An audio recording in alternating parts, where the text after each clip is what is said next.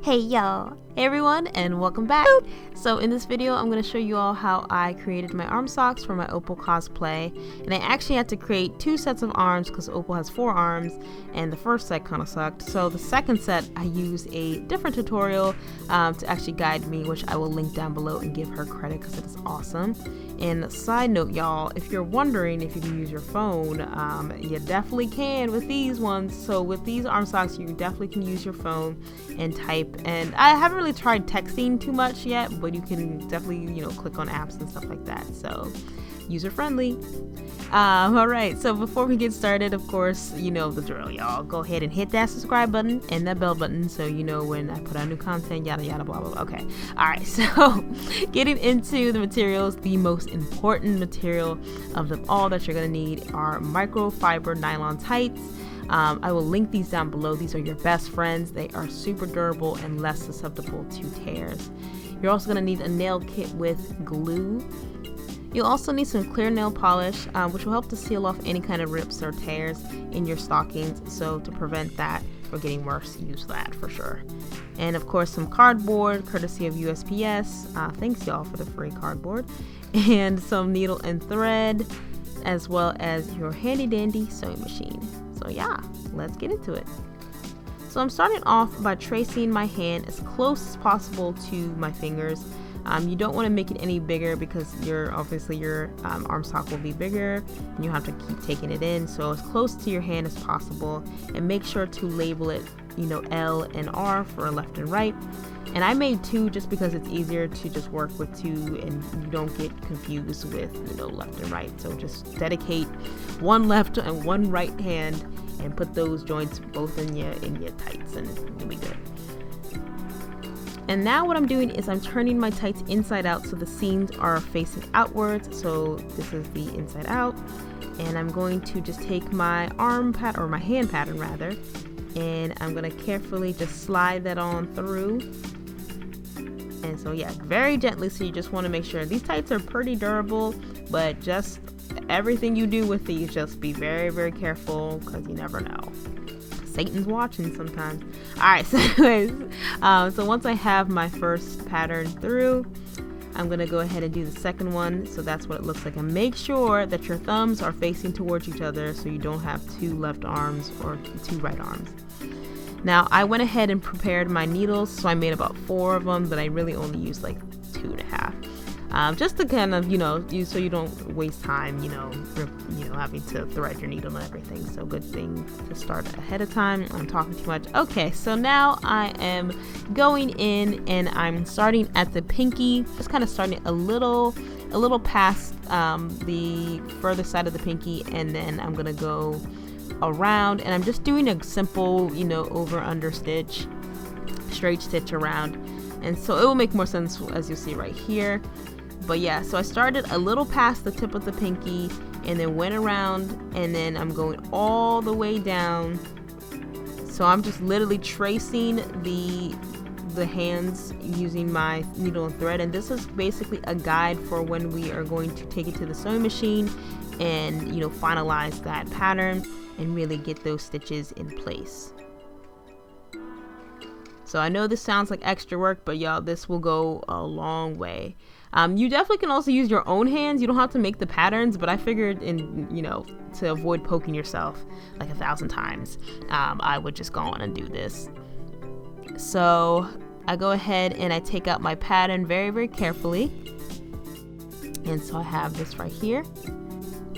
So next I'm going to take it to my sewing machine and seal off those edges. I'm using a straight stitch as well as a very close stitch pattern. So I use the very first stitch, and then I'm turning it to the setting number 1. That's for my stitch distance. So I want my stitches to be very, very close together. So you can basically, you don't even see them like where they're like locked. It looks like a one continuous line. So you just want to make sure that they're very close together if you have a setting on your machine for that. And then otherwise you'll just kind of have to keep going over it, until it's very locked down, or use a zigzag stitch if you like.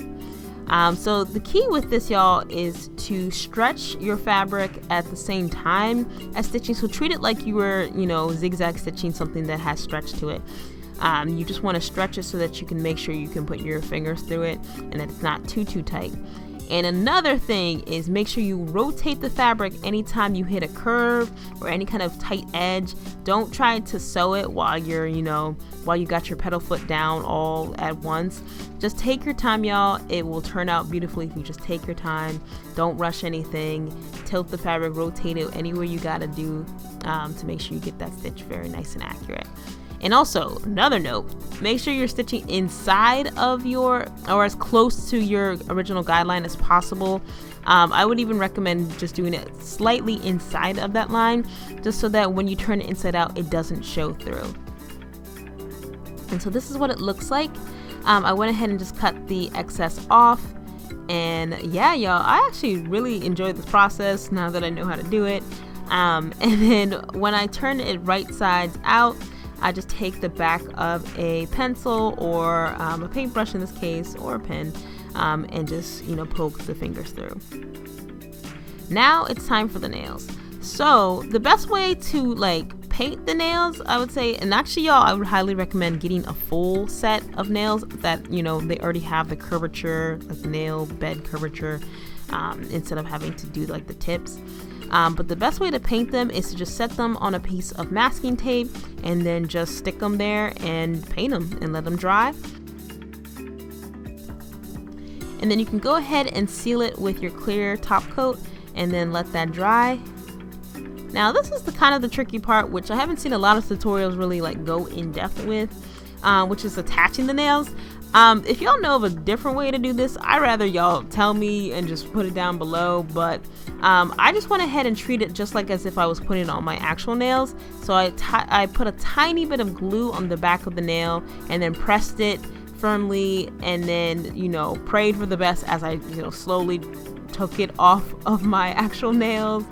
And so it was a lot of maneuvering and twisting and turning, and it kind of damaged my nails a little bit. So I highly recommend seeing if you can find a placeholder for your fingers, or maybe use cardboard. I'm not quite sure yet, but this part I'm not really that confident in, so don't hold it to me. But anyway, so gently slip those joints off, and then now we're gonna go ahead and open up our the center for our head. And so I just go ahead and seam rip a tiny hole and then open that up just a little bit along the seams with my scissors.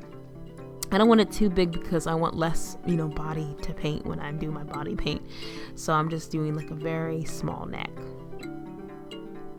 And voila, that is what it looks like when everything's all done. Like you see, I have a little bit of a run, so I just use my clear nail polish to go over that.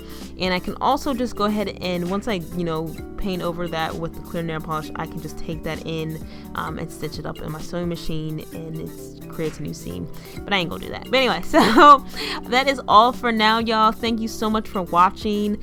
I know I'm super crusty when it comes to explaining things, but let me know if this was helpful for you. Let me know your thoughts, your ideas. If you have any suggestions, let me know, y'all. And of course, don't forget to comment and subscribe, and I'll see you all soon with another video. Love ya. Bye.